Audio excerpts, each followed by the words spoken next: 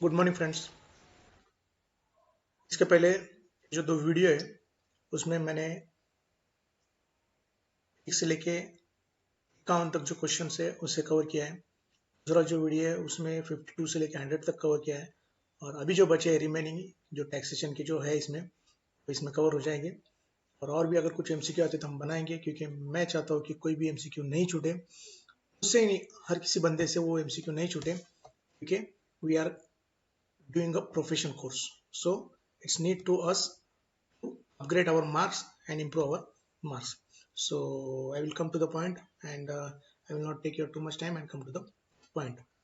So अब तक हमने जो क्वेश्चन है वो 100 तक कवर किया था। अब जो देख रहे हैं हम वो 101 से देख रहे हैं। क्वेश्चन नंबर 101 क्या बोलता है? Any benefits attach to an office or a position in addition to salary or wages is called as, उसे क्या बोलेंगे? जो ऑफिस है या जो पोजीशन है उससे अगर उस बंदे को अगर कुछ मिल रहा है तो ऐसे जो चीजें मिलती है उसे परक्विजिट बोला जाता है। परक्विजिट्स क्या है इसका मैंने एक शॉर्ट आंसर सीरीज बनाया था शुरू में। अगर आपको परक्विजिट समझना है तो आप वहां पर देख सकते हैं। यहाँ पर हम नंबर ऑफ क्वेश्चंस कवर करने की कोशिश है यहाँ पे, इसलिए मैं परक्विजिट्स को ज्यादा डिटेल में नहीं समझाऊंगा। पर अगर आपको कंफ्यूजन है तो वहां देख लीजिए। आप पूरे अगर वीडियो देखते हैं तो आपको वापस जाने की जरूरत नहीं है। तो नेक्स्ट क्वेश्चन पे आते हैं। Under the head income from house property the basis of charge is annual income. जो हाउस प्रॉपर्टी जो होती है वहां से जो इनकम हमें मिलती है वो कौन से बेसिस पे चार्ज होती है? वो एनुअल वैल्यू पर उसे चार्ज किया जाता है। क्वेश्चन नंबर अगले क्वेश्चन पे आते हैं हम 103 पे आते हैं।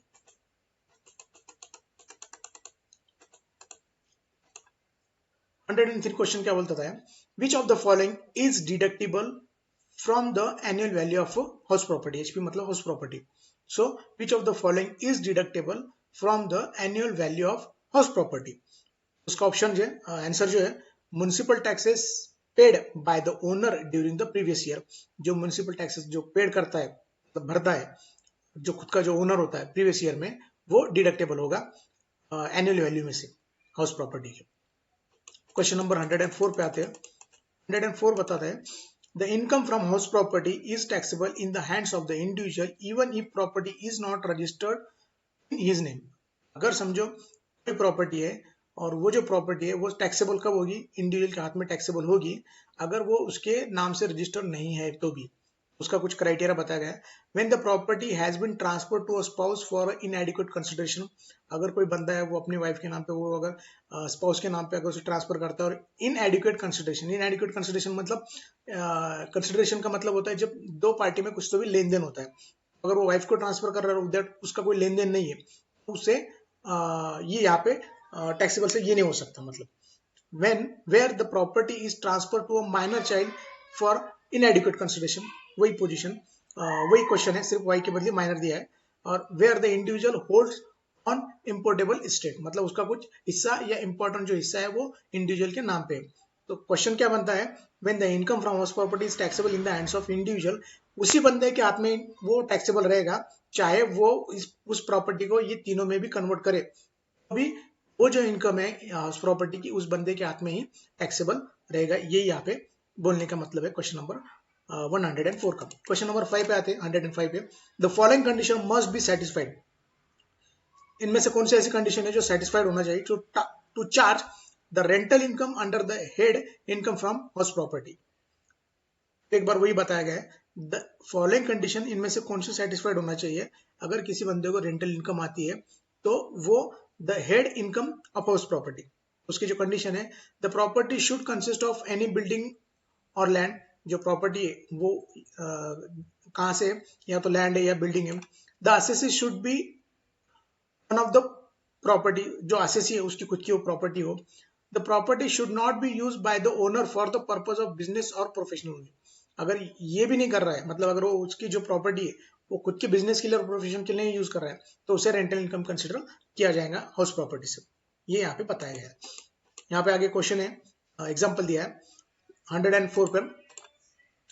Mister Ram owns a house property he lent, मतलब ये पिछले भी क्वेश्चन हमने देखे थे, लास्ट टाइम आया था ये क्वेश्चन कि एक बंदा है उसने वो घर भाड़े पे लिया है और उसी बंदे ने वो और किसी और को सबलेट किया है किसी और को।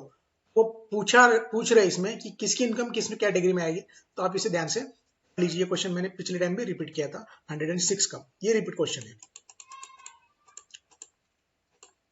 The house if the house remains vacant for the whole year annual value will be. अब अगर पूरा के पूरा घर ही पूरा साल भर अगर वो वैकेंट है तो उसकी एनुअल वैल्यू क्या रहेगी? नील रहेगी।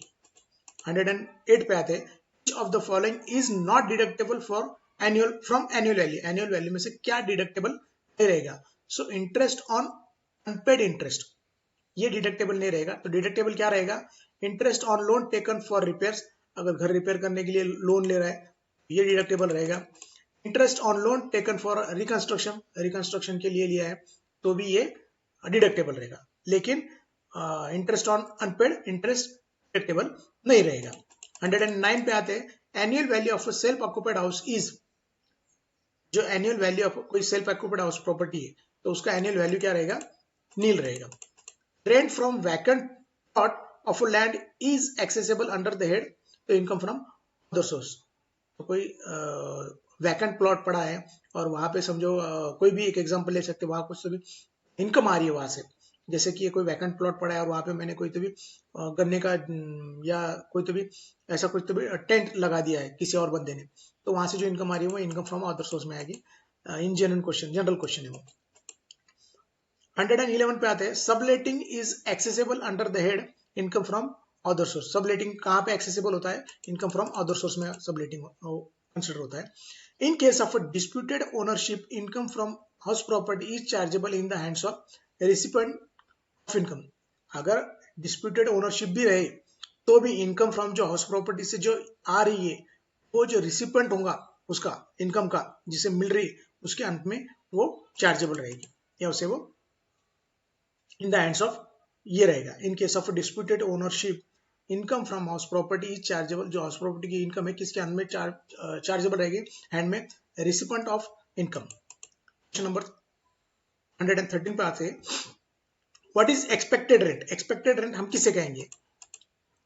तो एक्सपेक्टेड रेंट जो है वो municipal value of a fair value whichever is higher subject to standard rent, इस कैटेगरी में वो ये रहेगी। एक second, municipal value of a fair value whichever is lower, तो municipal value of a fair value which municipal value या fair value में कौन सी लोअर रहेगी? तो यहाँ पे जो उसका आंसर बताया जा रहा है municipal value of a fair value whichever is higher subject to standard rate, दोनों में से जो हायर रहेगी तो उसे हम कंसिडर करेंगे। An individual who transfer house property without an adequate consideration to his owner spouse और to a minor child is called as a deem ownership. मतलब क्या है कि किसी बंदे की ओनरशिप है उस प्रॉपर्टी पर और वो क्या कर रहा है कि विदाउट एनी एडिक्वेट कंसिडरेशन वो उसकी जो ओनरशिप है वो ट्रांसफर कर रहा है, जैसे स्पाउस है माइनर चाइल्ड है इनके ऊपर ट्रांसफर कर रहा है। तो वो जो बंदा रहेगा वो बंदे को हम क्या कहेंगे? डीम ओनर कहेंगे। मतलब वो अभी भी उस प्रॉपर्टी से संबंधित है, उससे रिलेटेड है, तो वो डीम ओनर कहा जाएगा। क्वेश्चन नंबर 115 पर आते हैं, the gross annual value of the property is depend upon all of the above. उसकी जो प्रॉपर्टी की जो ग्रॉस एनुअल वैल्यू है अपन standard rent, municipal valuation of rent, ये तीनों पे डिपेंड होता है। क्वेश्चन नंबर 116 पर आते हैं, which of the following is not a case of deem ownership of house property. इनमें से कौन सा केस नहीं रहेगा डीम ओनरशिप का? तो ये ऊपर वाले केस रहेगा, कौन सा नहीं रहेगा मैं बोल रहा हूं आपको। जब नॉट आता है तो थोड़ा कंफ्यूजन होता है, तो थोड़ा ध्यान से क्वेश्चन को बार बार पढ़ लेना। तो को ओनर ऑफ प्रॉपर्टी ऐसा है तो not case of deem ownership. अगर को ओनर ऑफ प्रॉपर्टी मतलब एक प्रॉपर्टी के दो ओनर है तो ऐसे समय हमें उसे डीम ओनरशिप की कैटेगरी में नहीं कंसिडर करेंगे। उस प्रॉपर्टी का अगर है तो नहीं, तो otherwise transfer to spouse for inadequate consideration deem ownership consider किया जाएगा। Transfer to minor child for inadequate ये डीम ओनरशिप आएगा। और holder of an impartible estate, थोड़ी इन शॉर्ट में क्या कहा गया है इसमें कि किसे हम डीम ओनरशिप कहेंगे और किसे नहीं कहेंगे, यही है। डीम ओनरशिप का मतलब मैंने आपको इसके पहले क्वेश्चन में भी समझाया गया कि डीम ओनरशिप मतलब बंदा है उसके हाउस प्रॉपर्टी है लेकिन वो without any adequate consideration spouse के नाम पे है। बंदा है उसके हाउस प्रॉपर्टी है but without any adequate consideration minor के नाम पे है और उसका उसमें कुछ तो भी इम्पार्टेबल स्टेट है, तो ये सारे डीम ओनरशिप में आएंगे। बाकी को ओनरशिप ऑफ प्रॉपर्टी तो ऐसा नहीं आएगा।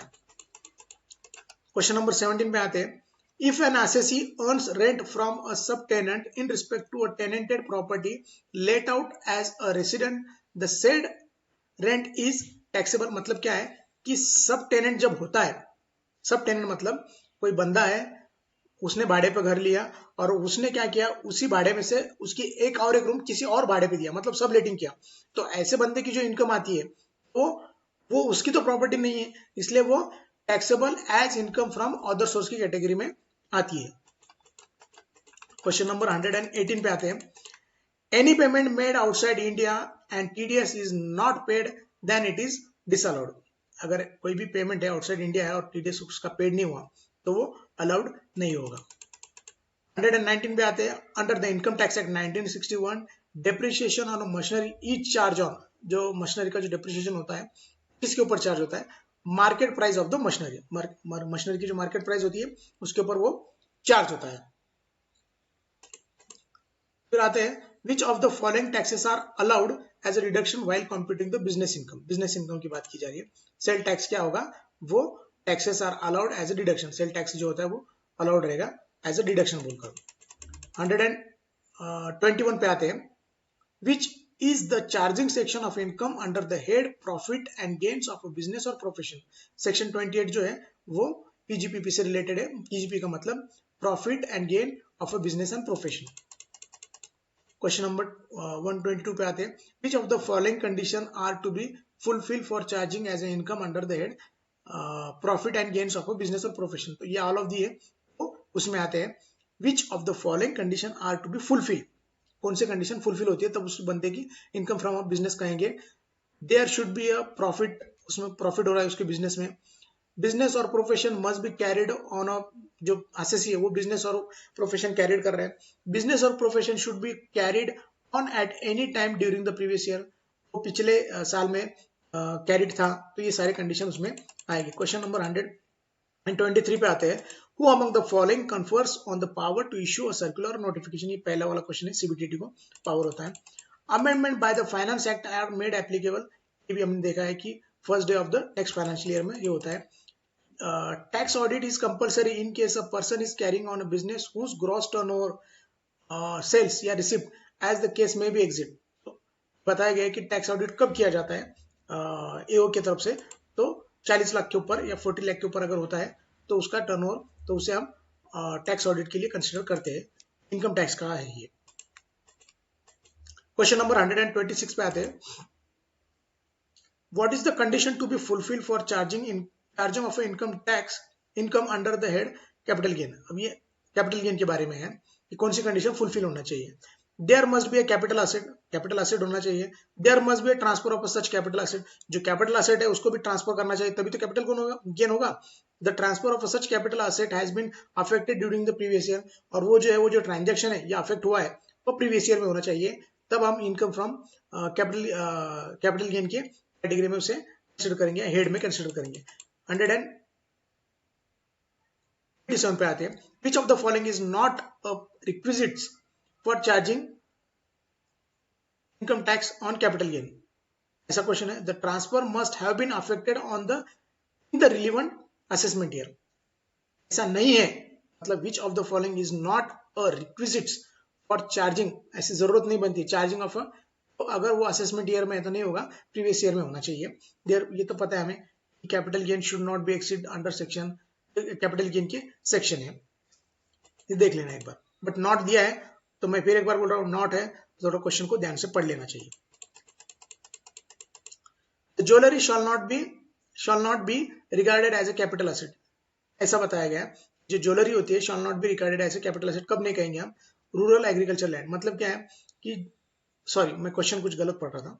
The following shawl not be regarded, कि कौन सा ऐसा है जो कैपिटल एसेट में नहीं आएगा, तो ज्वेलरी कैपिटल एसेट में आएगी, आर्कोलॉजिकल कलेक्शन जो आएगा, सन रेसिडेंशियल हाउस आएगा, बट जो रूरल एग्रीकल्चर लैंड है कैपिटल एसेट में नहीं आएगा, रूरल बोला है। क्वेश्चन को ध्यान से पढ़ लीजिए। क्वेश्चन नंबर 129 पे आते हैं।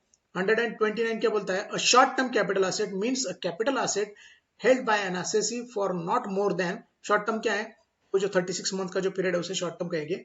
36 months immediately preceding the date of its transfer, उसे शॉर्ट टर्म में हम कैटेगरी में अगर शॉर्ट टर्म करना है, but short term capital asset means capital asset held by the assessee for not more than, वो 3 साल से ऊपर अगर प्रॉपर्टी होती तो लॉन्ग टर्म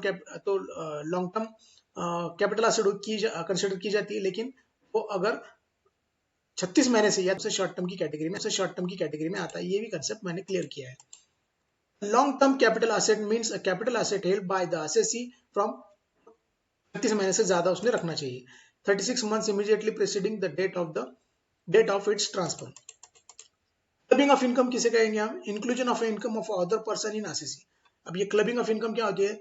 हस्बैंड है, वाइफ है, माइनर है, अगर ये तीनों कमाने वाले और इनमें से अगर हस्बैंड और वाइफ में से जिसकी इनकम ज्यादा होगी उसमें ये जो वाइफ, या अगर वाइफ की ज्यादा है तो उसमें उसकी क्लब किया जाएगा।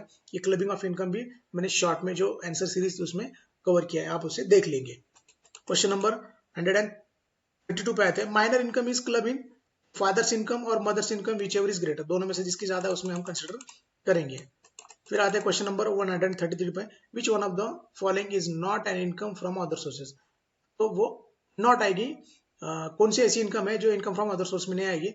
सो profit on sale of a building नहीं आएगा, बाकी जो ऊपर वाले वो इनकम फ्रॉम अदर सोर्स की कैटेगरी में आएंगे। Interest on deposit and winning from crossword puzzles, gift exceed rupees, unrelated person, ये इनकम फ्रॉम अदर सोर्स की कैटेगरी में आएगी। कौन सा नहीं आएगा? तो profit on sale of a building. Question number 134 पे आते हैं। Income from other sources is, other sources मतलब क्या? रेसिडुअल एड ऑफ इनकम, मतलब जो बचा कुचा है वो एड में इनकम फ्रॉम अदर सोर्सेज आते हैं।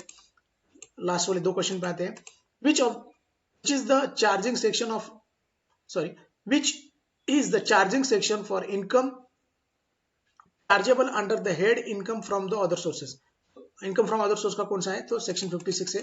और लास्ट क्वेश्चन जो है, when an individual transfer an income without transferring the asset it is taxable in the hands of individual himself. कोई बंदा है वो क्या कर रहा है कि ट्रांसफर कर रहा है income without transferring an asset, मतलब इनकम ट्रांसफर कर रहा है बट एसेट ट्रांसफर नहीं कर रहा है, तो उसी बंदे के हाथ में वो टैक्सेबल होगी। ये हमने देखा है। सो थैंक यू फॉर, थोड़ा लंबा हो गया 2-3 मिनट वीडियो, बट फिर भी आपने यहाँ तक देखे उसके लिए बहुत बहुत थैंक यू।